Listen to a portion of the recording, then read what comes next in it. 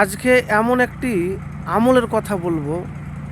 এই আমল যদি করতে পারেন, অল্প সময়ে অল্প দিনই দ্রুত দারিদ্রতা দূর হবে, ধনী হয়ে যাবেন। আপনার অভাব অনটন জীবন থেকে দূর হবে, বিপদ বালা মুসিবত ঘর থেকে দূর হবে। প্রিয় ভাইরা আমার, ফজরের নামাজের পর ঘরে প্রথমে সূরা নাস, সূরা ফালাক, সূরা ইখলাস তিনবার করে পড়বেন।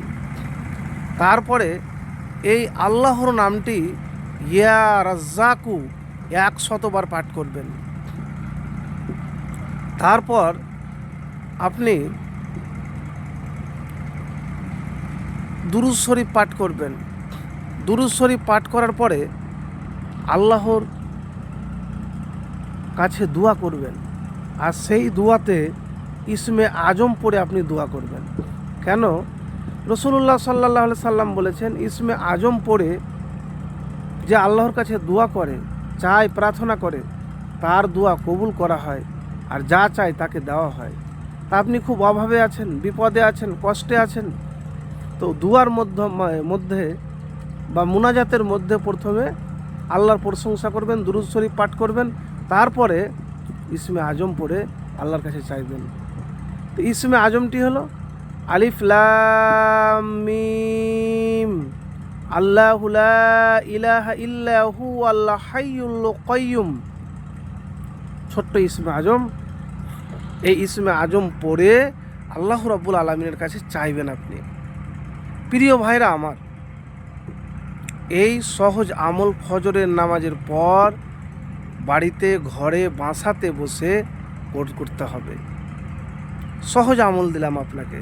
তাহলে ঘরের যে বালা মুসিবত, বিপদ আপদ দূর হবে, আর আপনার যে অভাব আছে সে ইনশাআল্লাহ অভাব দ্রুত হয়ে যাবে। নিয়মিত পরিশ্রম করবেন, কাজ করবেন, আর কাজ করার আগে আল্লাহর প্রতি ভরসা রাখবেন। আল্লাহর কাছে বেশি বেশি করে চাইবেন, পেলেও চাইবেন, না পেলেও চাইবেন। কখনো নিরাশ হবেন না,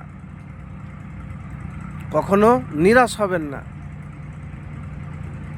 সবসময় আল্লাহর শুকরিয়া আদায় করবেন। প্রিয় ভাইরা আমার, একটি কথা মনে বলে রাখি, দুনিয়াতে সবাই ধনী হতে চায়, কিন্তু সবাই পারে না। কেউ কি গরিব হয়ে থাকতে চায়, কিন্তু তারাই ধনী হয় যারা প্রচেষ্টা রাখে। সফলতা তাদেরই আসে যারা প্রচেষ্টা করতেই থাকে। তো কাজ করার আগে, চেষ্টা করার আগে অবশ্যই আল্লাহর উপর ভরসা করবেন, আল্লাহর নাম নেবেন, আর সব সময় আলহামদুলিল্লাহ এই শব্দটি বেশি বেশি করে পড়বেন। প্রিয় ভাই আমার, আরেকটি আপনাদেরকে জিনিস বলে দিই, অন্তর যদি পরিশুদ্ধ না হয় তো আপনার দোয়াও কবুল হবে না, আপনার যে চাইছেন সে চাওয়া কিন্তু পাবেন না। তো প্রথমে অন্তরকে পরিশুদ্ধ করতে হবে।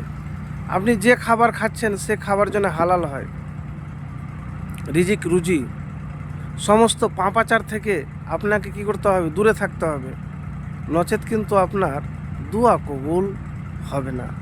কেন? আল্লাহ পবিত্র জিনিস পছন্দ করেন। তো এই জন্যে বললাম যে অনেকেই বলেন এত তো আমল করি কেন, তো হয় না কেন? কিন্তু যে শর্তের কথাগুলি বলি সেগুলি আপনারা মনে রাখেন না। তো এভাবে নিয়মিত আমল করেন, সমস্ত পাপাচার থেকে দূরে থাকুন, মুমিন পরহেজগার হন, ইনশাআল্লাহ আপনার দোয়া, আপনার চাওয়া, আপনার পাওয়া সব আল্লাহ রব্বুল আলামিন পূরণ করে দিবেন।